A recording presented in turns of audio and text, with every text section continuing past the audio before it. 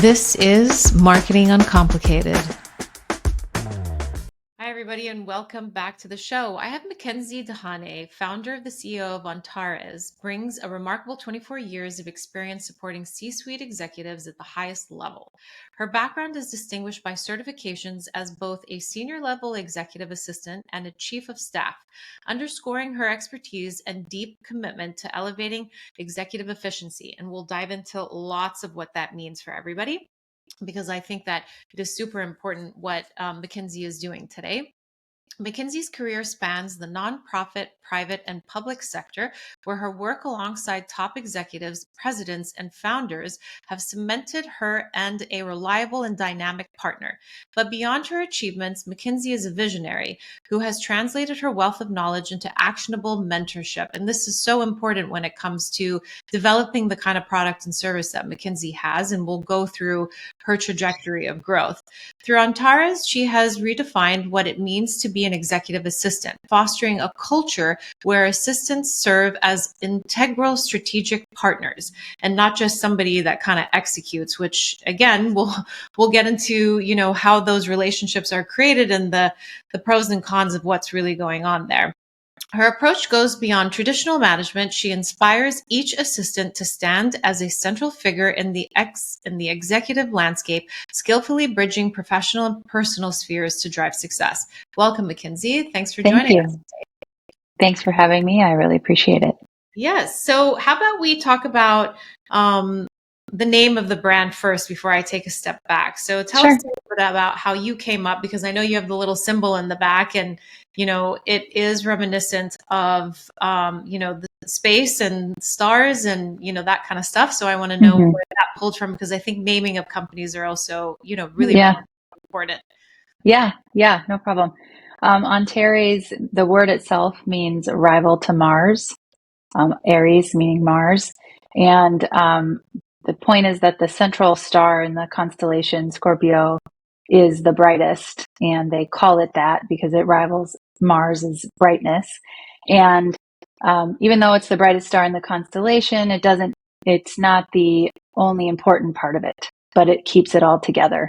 And we kind of consider an executive assistant to be that much of a integral part of an organization and a C-suite. And so the analogy unfolded. I love it. And that's so true. Just having myself worked in an enterprise, prior to doing what I'm doing today, and seeing how executive assistants and chief of staffs, kind of are integrated in a good and a bad way. It's very unique to really form a good relationship as it relates to, you're right, being the nucleus of, how that company is run. So let's take a step back. I'd love to hear about where you came from prior to starting Antares, and how that kind of really sparked really sparked your drive, or what you found in the market to be a missing gap that you wanted to fill.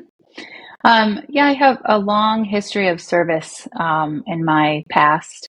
Starting out from age, I think 14, I was in the restaurant industry being a server. I was a server and bartender all through college.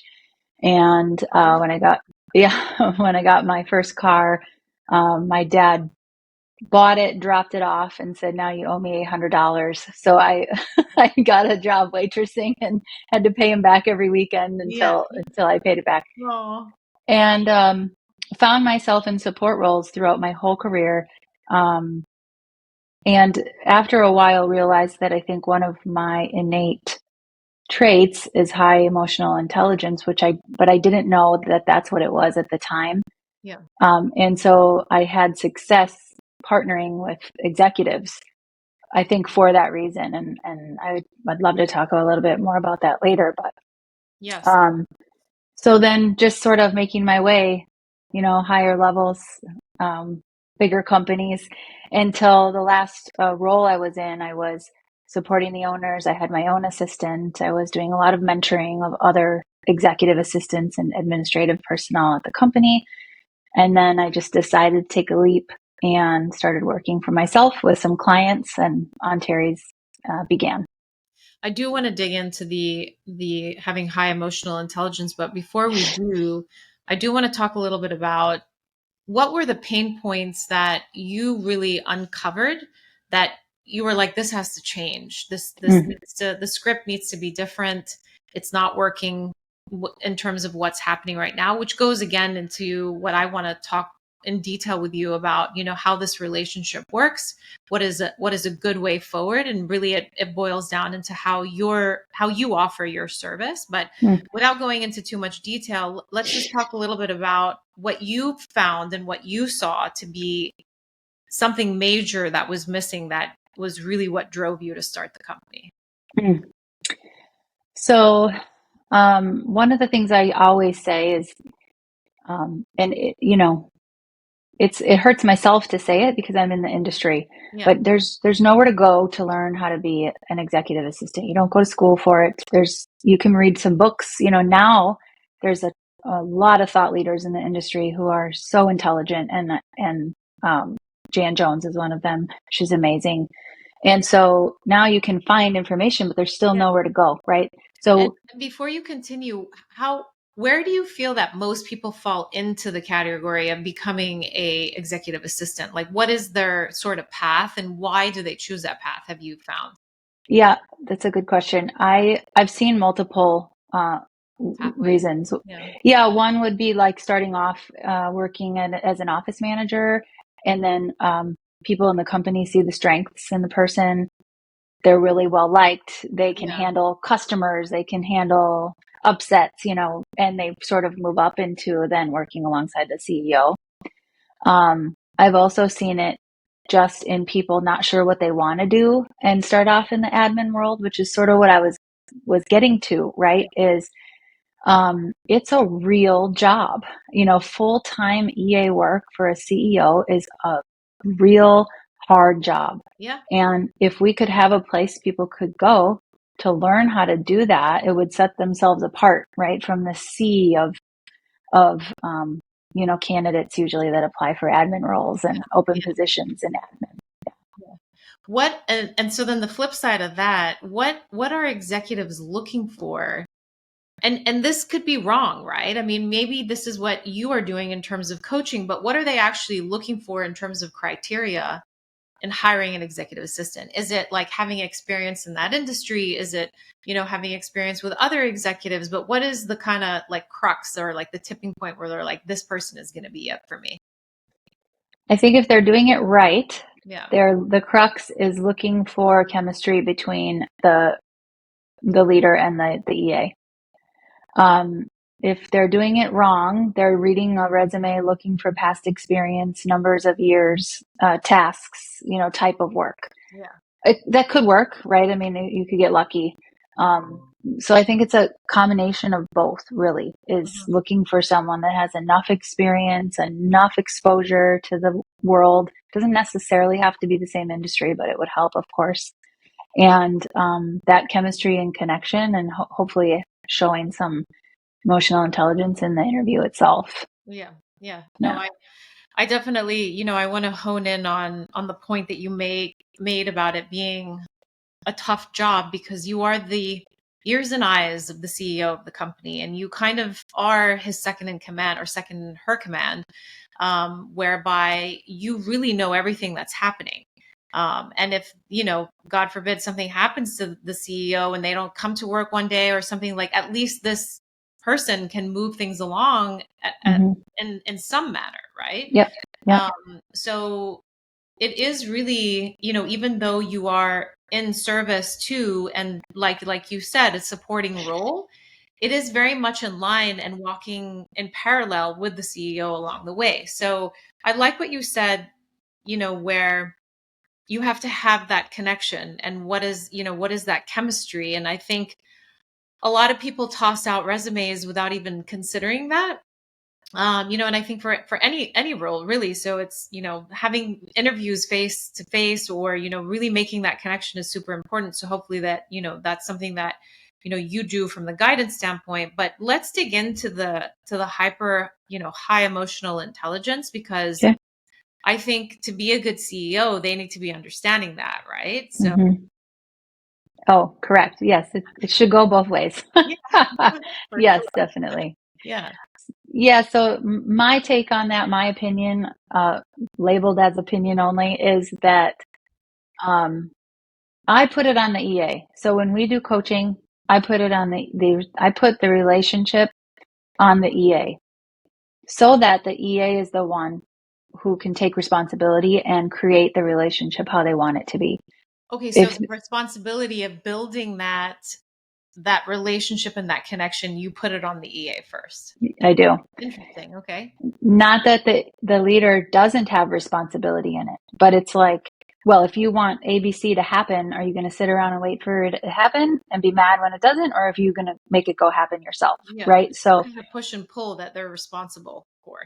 exactly. Interesting. And, we're trying to be extensions of the leader. So anything, if I was supporting you, anything that existed on your plate would become on our plate, would go on our plate. If you needed help or you needed an extra set of hands or you needed a piece of something delegated, etc., right? Yep. And so putting that on the EA really makes the EA responsible, and then they can drive the relationship and it can go the direction that they want it to go. Yeah. Is that how you saw a lot of the roles that you had in terms of, really developing that forward? And maybe you potentially noticed that there wasn't a lot of that happening in the industry to begin with, right? Yeah, I think I joined a lot of peer groups in the beginning of my industry, and Okay. I noticed that a common trait was complaining. Um, oh, my CEO never does this, or they say this and then they do that, or and I always was so surprised, like, but you run their calendar. I mean, you're responsible. You could put yourself on the calendar any day you want. Like, well, Yeah. they didn't show up. Well, Yeah. put yourself again. So Yeah. I I I think that is a huge line where there's success as an EA, and when EAs job hop a lot, or when I'm interviewing EAs, I listen, like, how did they feel about their last leader? How much do they complain? What are they listing out the faults, or are they listing out the strengths that Yeah. person had and Yeah. how they got along? So in essence, it's almost like you're kind of helping them to have a mind shift as well in terms of, how they approach it. Because I mean, it's true at the end of the day. I mean, they're sitting in such a high powered position. There is going to be a lot of complaints. There is going to be the closed door conversations of Yeah. the CEO, finds great about the company, what the CEO doesn't find great about the company. And like we said, the eyes and ears of the CEO is this person. Um, so being resilient in that standpoint, and then really kind of having that understanding of, walking a mile in their shoes.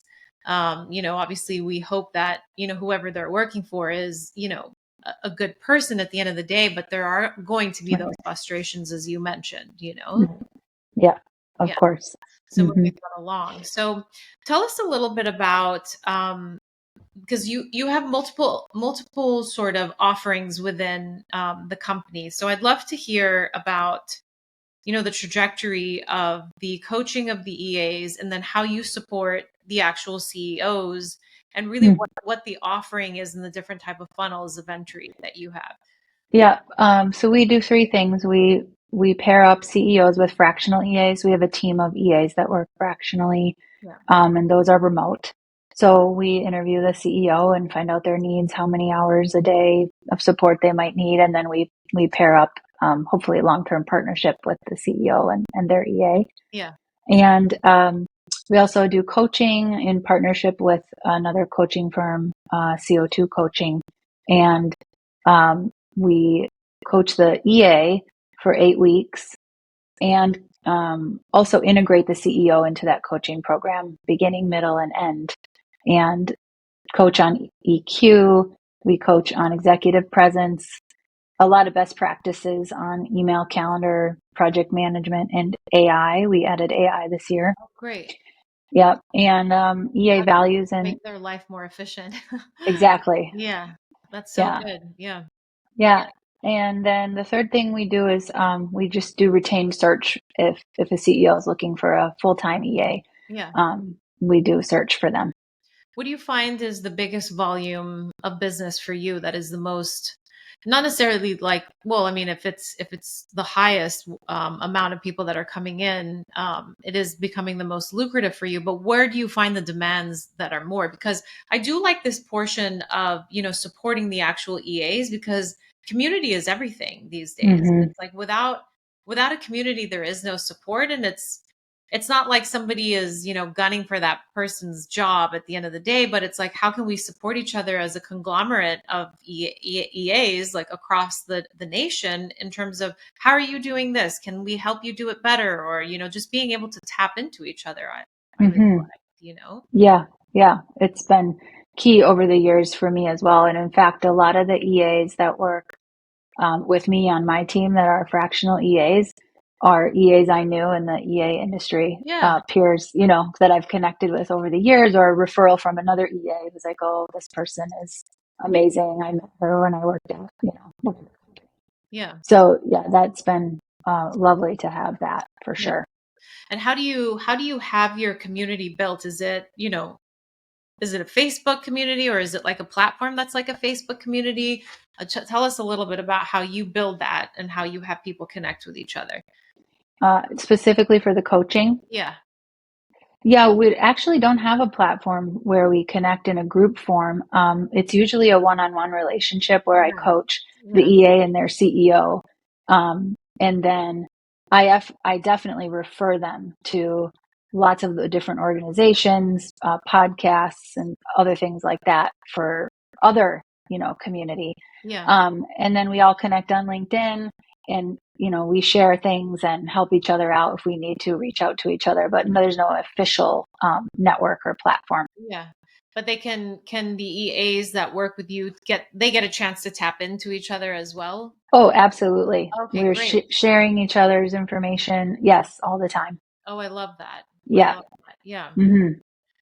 So tell us an interesting case study that has come across your plate in terms of, working with the CEO, as well as, maybe somebody super green that, thought that they really were on the right track of becoming an amazing EA, and you kind of helped them like flip the script for them in terms of a next role that they wanted to get. I had a brand new coaching client who was brand new to being an EA, and the CEO was also brand new to having an EA. And so, I mean, that's like Oh, Christmas for me. Yeah, yeah. because it's just Yeah. like blank slate, right? Yeah. No past Totally. experience. Um, and it was so lovely to be able to coach them both and be able Together? to say, Was it together at times, or? yeah, multiple checkpoints. We're all together, but mostly it's one on one with the EA. Oh, And nice. and I do that on purpose because I want the EA to be the one to take the new learnings to their leader without me there. I Yep. want them to be the voice, right? So I only check in with the leader a couple of times.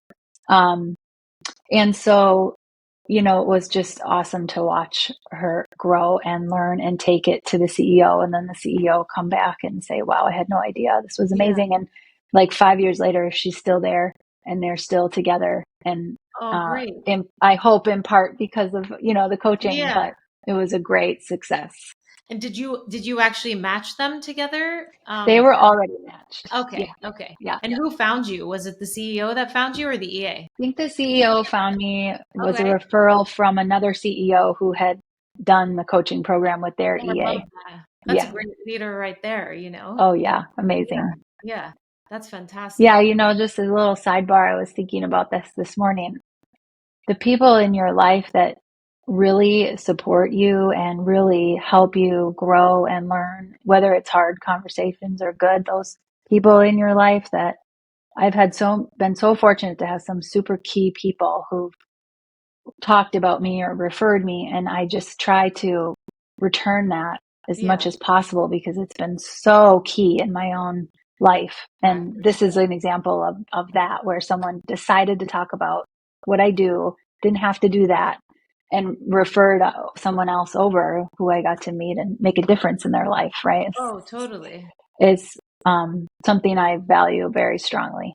Yeah, no, I think you highlighted on two really important points, which was, word of mouth is the best type of marketing, because it's already somebody giving a lead, which is you, Mm-hmm. to somebody else, which is a warm lead. So it's not just off the bat, nobody has any kind of connection to you. But then there's also the giver's gain, as we like to say sometimes, where it's, to give to gain back, right? And it's just like you're constantly not just getting referrals coming into your funnel, but you're giving back as well Yeah. to really expand that growth, which I think is beautiful because it has a ripple effect, to continue to keep evolving and growing for one's business.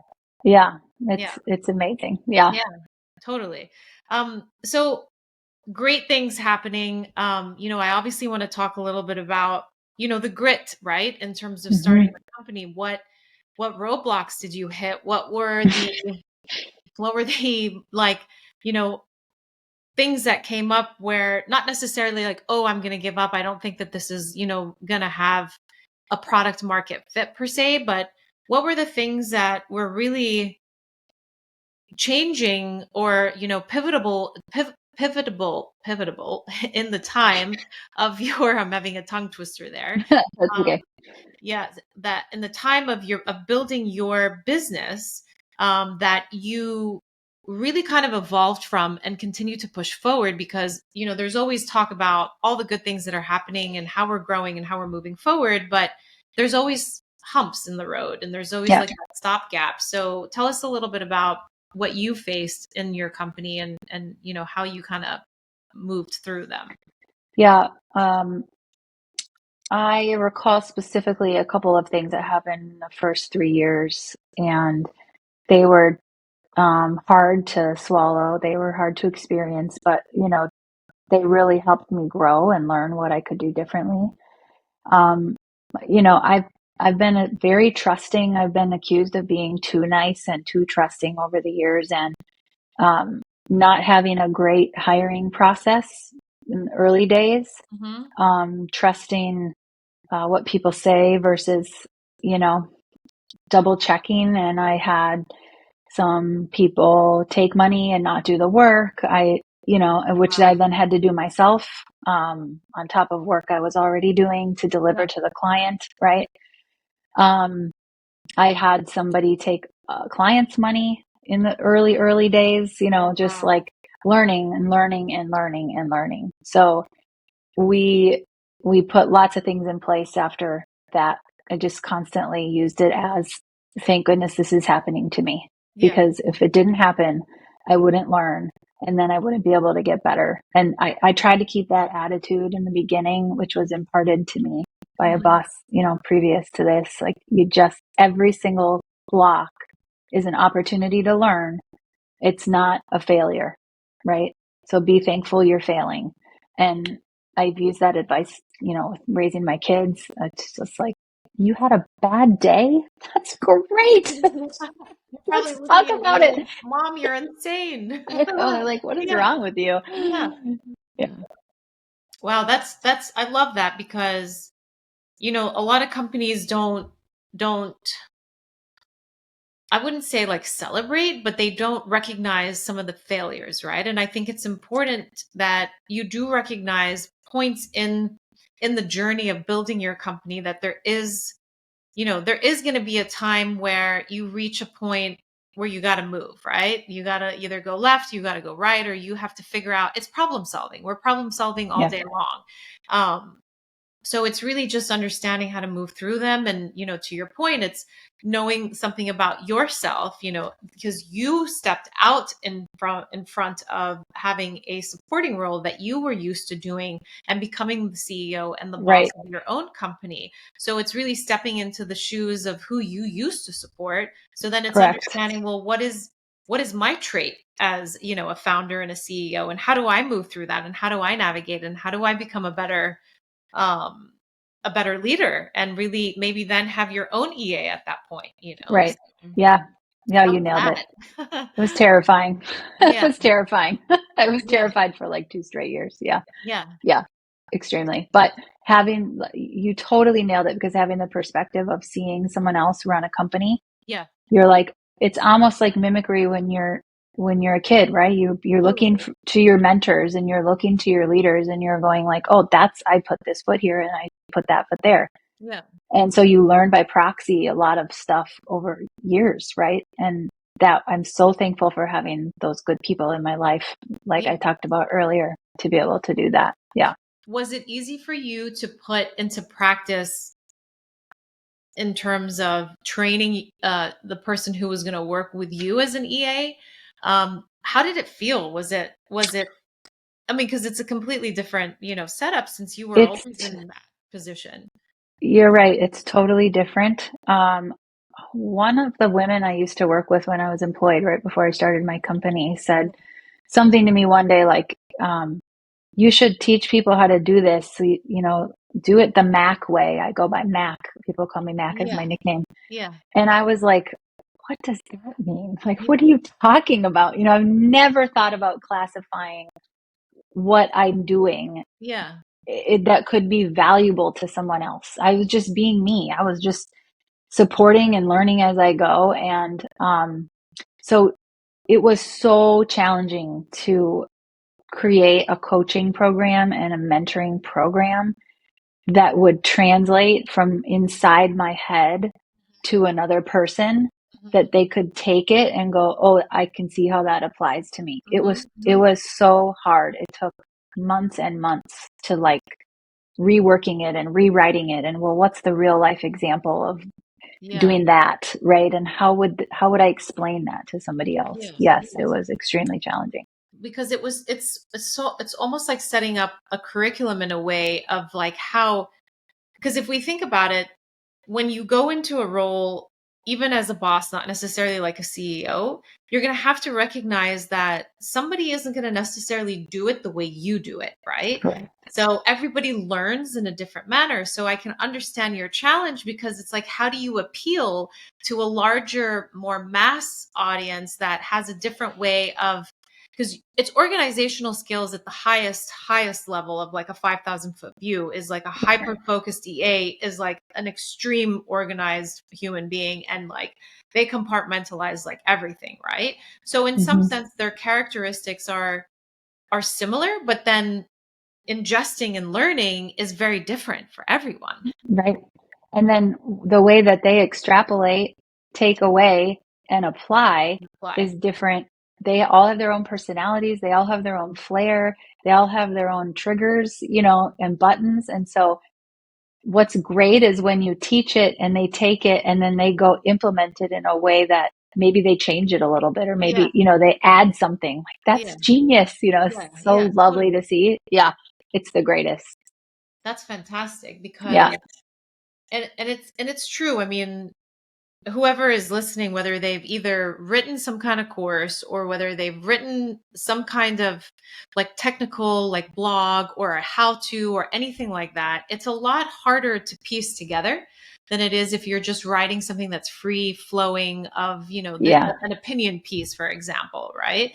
Because it is that technicality of like how to, and to build that out from that standpoint of like a process is not the easiest. Yes, it was challenging. Yeah. And Yeah. I'm still refining it all the time.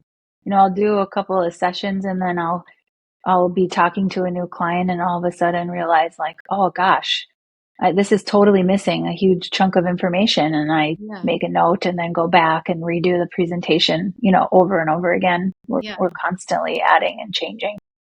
That's great because I think, just going back, I think a lot of people think that you put a product out and it's done and you don't want to touch it. But I love that you say, depending on the conversations that you're having, it's almost like case studies in your mindset of like, okay, this needs to be added in this Hmm. particular, portion and so on. And it really helps.